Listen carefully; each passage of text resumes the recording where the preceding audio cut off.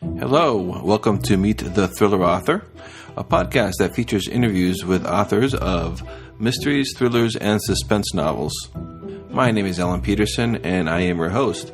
I am also an author of thrillers, and that is why when I decided to start a podcast where I would be interviewing fellow authors, I decided to focus on the genre that I write in and that I love, which is the thriller genre. And for simplicity's sake, by thrillers here, I'm talking about books that you would find in Amazon's mystery, thriller, and suspense category, as well as its subcategories of crime fiction, such as police procedurals, psychological thrillers, espionage, those type of novels. These are the authors that you'll be meeting during this podcast. Okay, so with that out of the way, stay tuned for the latest episode of Meet the Thriller Author.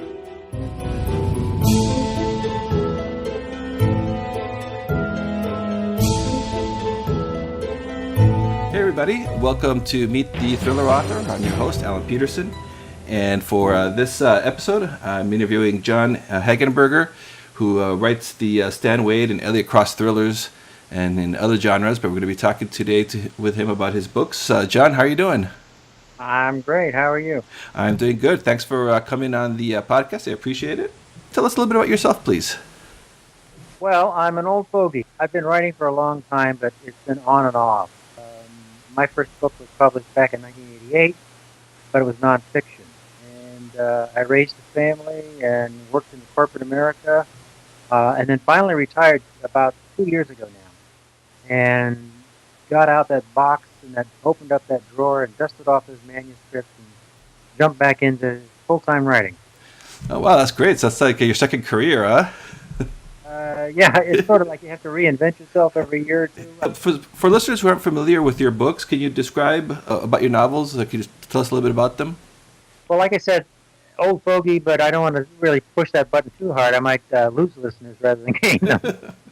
Anyway, I started out writing a lot of private eye novels, from Hammett and Chandler references and influences, and that's why I've got two private eye characters and two series running.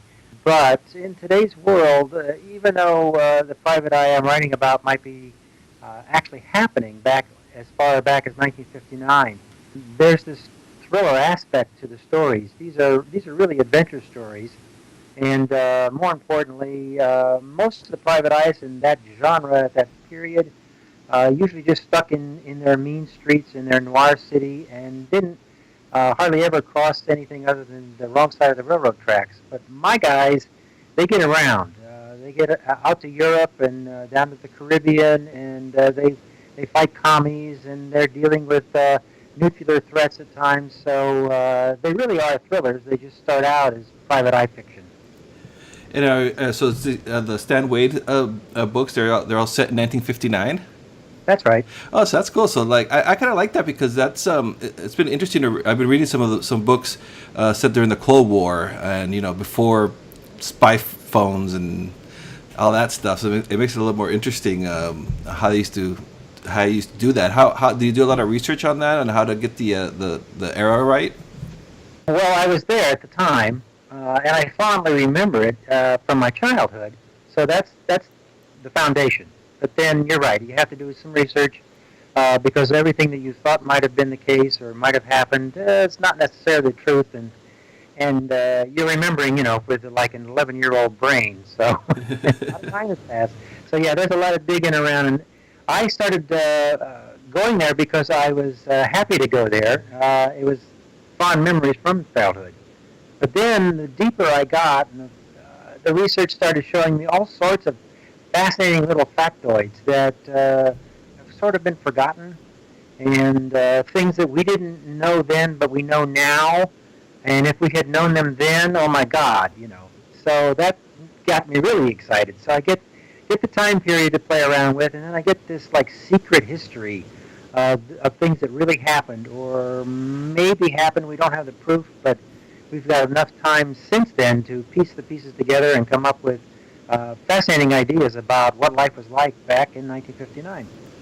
Yeah, probably some of the things that were talked about that could only happen in fiction in 1959 probably become reality nowadays. when it comes to the spy world. Is the Elliot Cross is that set in the 1950s as well? No, Elliot's 1988. Oh, okay. And he's not in Los Angeles. He's in Columbus, Ohio, which is where I'm at. So this is a home-based stories, again, sort of from my own past. I took 2 or 3 years sabbatical in 1988 between jobs and reinvented myself, right? And that's when I started writing some of the concepts and plot lines for the Elliot Cross series. And they just percolated back up into their own series. Oh, and so now, why do you write thrillers? Is that the genre that you enjoyed to read before you started to write them? Yeah, we call them thrillers, but honestly, again, old fogey, I guess. I go back to Pulp Fiction, and to me, these are really adventure stories. And I'm not going to say, as far back as Jules Verne or something, but usually you have one central character, possibly two, and they are going off on an adventure, and they're getting in way over their head, and that's the fun of the storyline. So we call them thrillers a lot today, and we classify them as legal thrillers and medical thrillers and spy thrillers and things. But typically, they're just about some ordinary guy like Cary Grant in North by Northwest who falls into something and gets in over his head and has to scramble to get out. And that's thrilling, but it's just a big adventure. That's a great movie, too. Who's like some of your favorite thriller authors, and did they influence your writing? Well, the standard thriller authors would be, the Clive Cussler stuff, crew, and the Lee Child stuff. But the real influences really are back in the private eye fiction, the murder mysteries, including the ones today, Craig Johnson, for instance, with his Longmire books. And there are 3 or 4 other first-person, I'd say, inheritors to the crown or throne of Dashiell Hammett or Raymond Chandler. The lyrical quality of their writing, the light humor that's maybe in the wisecracking narrative, and the guy always getting cracked on the back of the head and knocked out 5 times. That's the real strong influence for me. What inspired you to write your first book? Gosh, I don't know. I think just what I was saying before, the idea that I liked a lot of that 1959 private eye stuff in Hollywood. You could still catch old TV shows like 77 Sunset Strip, Peter Gunn and stuff. And you could see that stuff, and it brought back my memories when I first saw it as a kid. 1959, these were episodic. There was very little continuity with the characters. It wasn't like a fully developed world. There wasn't this universe of private eyes or crime in Los Angeles. These were all individual, discrete stories. And I guess what I started thinking about was the idea of, could we go back to that time period, but let's face it more realistically, or more in terms of the way we would like to hear and see a story done today. So I started cobbling together ideas about, well, if I had been a private eye, let's say in 1959 Hollywood, this is the kind of way life would have been, not according to the TV 30-minute episodes, but this is the way, an individual character would live his life. He would be smoking all of the time because everybody did back then. And he'd be, doing the hard drinking just like most of the private eyes do. But today's sensitivity makes this character unsympathetic. So maybe to be a real character, he would be one of the earliest people to really say, I probably ought to stop smoking coffin nails, and I had to maybe wise up and take it easy on the bourbon bottle a little bit. Makes him more real. And once they're more real, then the adventure that he's on seems more real, and the whole book and the whole adventure is exactly the kind of stuff that I wanted to create. So that's kind of how I got started. Oh, and do you find pop culture references? Do they make it into your books? And are you using the pop culture references from that time period? Oh, boy. Well, actually, Los Angeles is probably a character in the Stan Lee books, just as much as Stan is. But because it's Los Angeles, I probably have, 15 to 20 walk-ons appearing somewhere in every one of the books. He runs into everybody that was around in L.A. in 1959. Jack Benny, John Wayne, Kirk Douglas, on and on and on. And the same thing is true for the time period as regard to the research.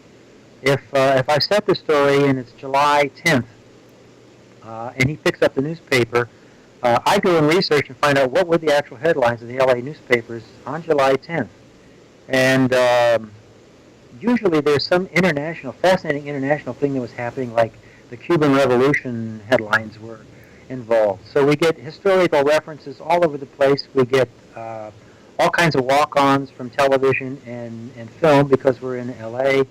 And even if he goes back and looks at the comics section, I research and try to figure out what was Dick Tracy doing on July 10th, or what was on the radio that he might have caught, or what was the popular song of the day that he might hear while he's driving down the freeway. And are you able to do that research online, or do you have to go to the library to find the newspaper copies, or? It's everything, really. I have a lot of the material already at hand from my own collection. Online research is usually a double back to find out, make sure my memory didn't fade me. And if I decide that I'm going to have Alfred Hitchcock in the novel, I'll go and get 2 or 3 books and read biographies of the main character, Hitchcock, just to make sure that I know exactly what was he doing then, what was he planning to do, what was his next film, what was his last film, was it a success or was it a dog, so that when the character walks on stage, he's true to the time and place that I put him in that particular novel. So how long does it take you from the time you start doing the research and then you start writing to finishing the book? Like, how long does it usually take you? Well, the research continues on and on and on. People ask me, do you get writer's block? And my answer is I get writer's shock. Because I'll get halfway into the book or even further and suddenly discover a brand new factoid that I wasn't aware of when I started out. And what shocks me is the fact that that particular factoid will drop right into place almost as if I had planned it all along, which is really kind of spooky.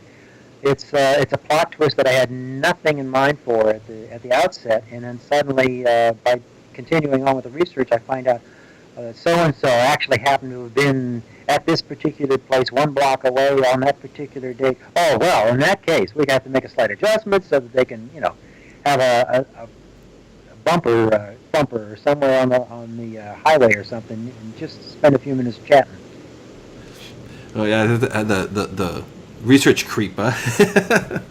Yeah, a lot of people think that you ought to hide the research, and I dote on that. I think the readers like the verisimilitude of sitting down and being in the place. Understanding as if I were there, what was the movie playing at the Fantasia's Theater there on Hollywood Boulevard that he's just driving past, and not just say he drove past the theater, but explain who was on the marquee, and as if it was real. And you're right, people can go on the internet and they can dig out photographs and they can do enough research or remember from their own past, so that I'm hoping that they go like, wow, this is really cool. And for me, it is really cool creating it. So I hope that that's exactly how they feel when they read it. And do you any similarities between you and your main characters? Do you put a little bit about a little bit of yourself into your characters?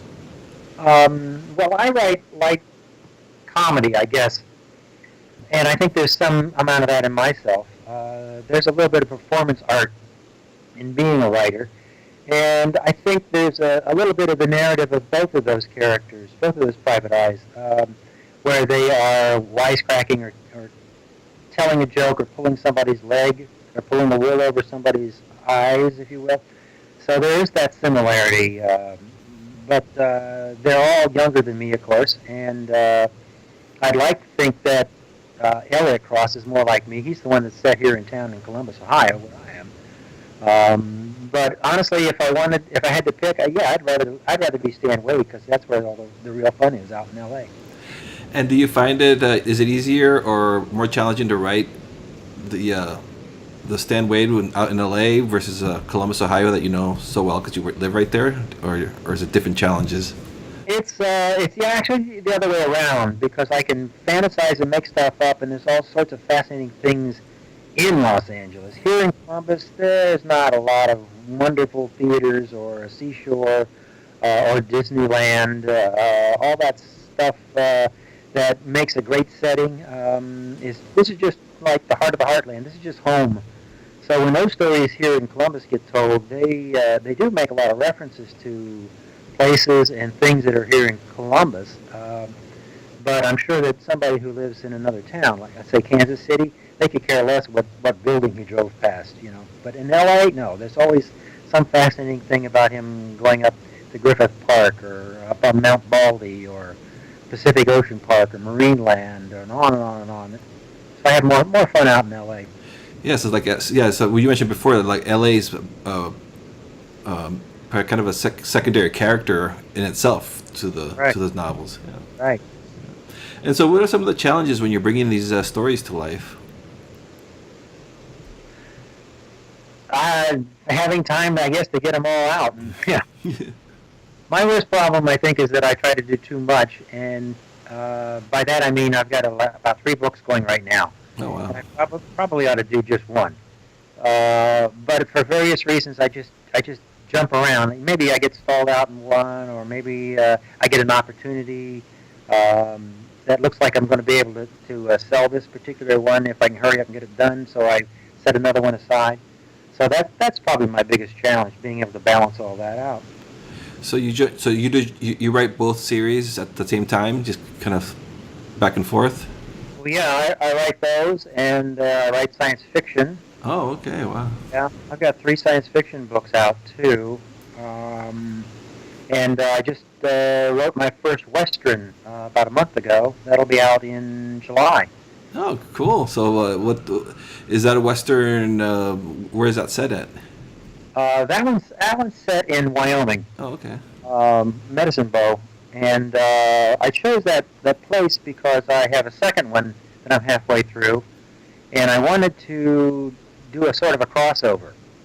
So in the book that comes out in July, it's a gunslinger kind of a main character, but somewhere in the story he stops in the dance hall, and he's broke and he needs money. So he sits down at the card table and plays it with his gambler, and ends up basically just pointing the gun at the gambler and walking off with the money. But in the second book, the one that I'm working on right now, it's told from the gambler's point of view, and it's a totally different story, but it also takes place in Medicine Bow, Wyoming, and that same scene shows up again, only it's now from the gambler's point of view, where this gunslinger comes up for a brief appearance and sticks him up for the winnings on the table, and then leaves. And I wanted to do something like that, so believe it or not, that little idea basically caused me to have to write 2 books. Wow. That's well, pretty cool. There's plenty of other stuff I wanted to do, you know. But it was the moment that I got the idea about reversing the scene that I said, oh yeah, I'm definitely going to do both these books now, you know. Yeah, it's incredible how that works. So you get a little spark of an idea, and next thing you know, you're working on 2 books.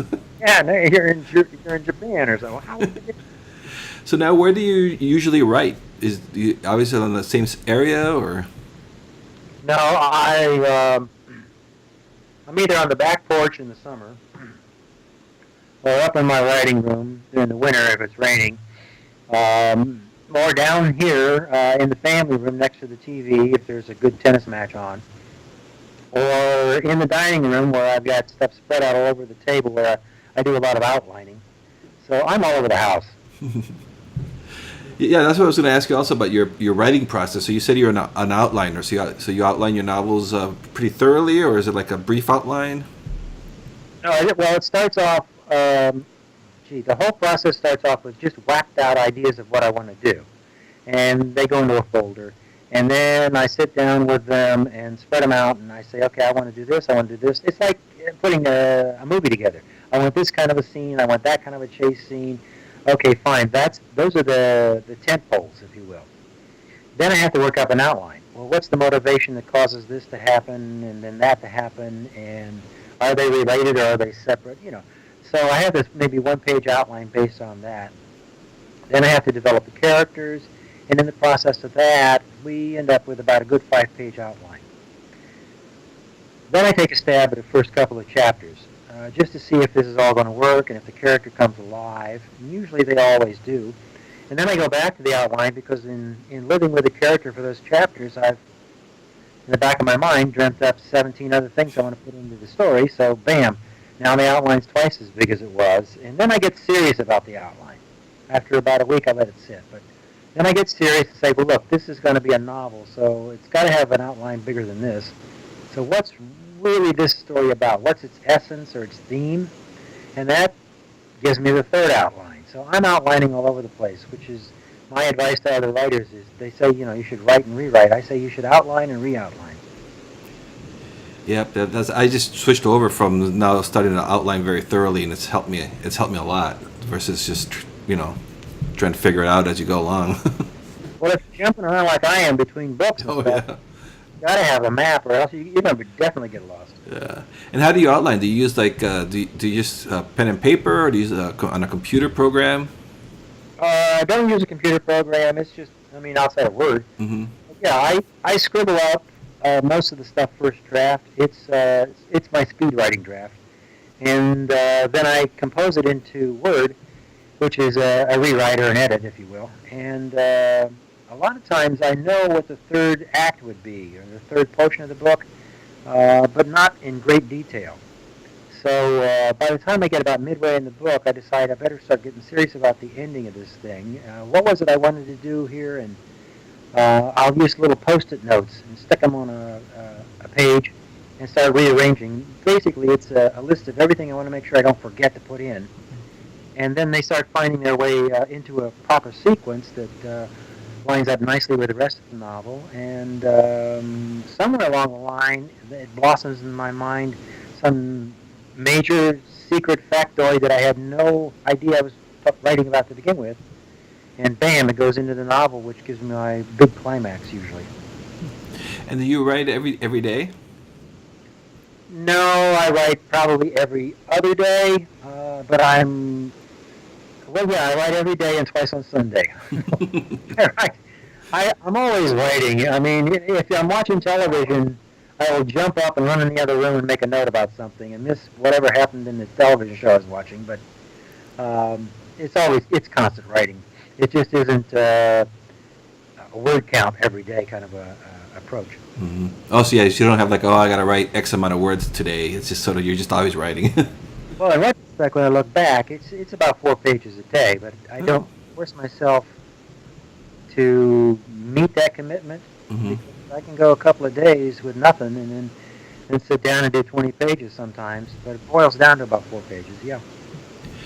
And so what keeps you writing? It's just the joy of it, I guess, the pure joy. Remember that writer's shock I mentioned? Yep. Yeah. To start with a blank page and end up with something that you had no idea, maybe you knew, or you kind of grow a little bit as a person too every time you write because you get a little introspective and you start realizing things that you believe or you think that you didn't really have on the top of the surface of your brain. And in the process of writing, some of this stuff comes out. So it's almost like keeping a journal once in a while, too. So it makes you a better person, I think. And do you still find time to read? Not as much as I'd like. In fact, reading is not as much of a joy as it used to be. Now it's mostly a case of analysis, and I'll get about 1 page in, and something will spark an idea. And I'll have to put the book down and go over and make a note or make an adjustment to somewhere in the manuscript that I'm working on, and then come back to the book. So it's not the same kind of reading as it was, let's say, 2 or 3 years ago, where you could pick up a book and just devour it. Yeah, because now you start. Yeah, you're reading it as a writer now, so you start seeing things right differently. Yeah, I don't think it's possible for me to sit down and just simply enjoy a book any longer. I mean, I enjoy it on a different level, I guess. As the writer, you're enjoying the craft, where before you might have just been coasting right along with the author's story and voice. And now you're saying, well, that's an interesting voice. That's an interesting twist. That's an interesting character. That's an interesting idea. And, all those interests are really distractions from the fantasy world of the book itself. Hmm. Yeah, that's from the authors that I've interviewed. That you have those who continue to read because it's kind of like a learning process, but then others don't want to read anymore because they don't want to be influenced either. So it's kind of an interesting uh, approach for the different writers. So now, how do you interact with your readers? Do you have are you like on Facebook and all that good stuff? Sure. I've got a website, and it's just myname.com. Hmm. And I'm on Facebook, right, and Twitter.